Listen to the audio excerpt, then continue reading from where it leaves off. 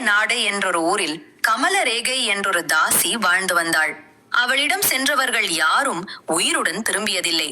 இதை கேள்விப்பட்ட வீரியன் என்றொரு வீரன் அவள் வீட்டிற்கு சென்று அந்த மர்மத்தை கண்டறிய முற்பட்டான். அங்கு அவனை கமலரேகை அன்புடன் வரவேற்றாள்.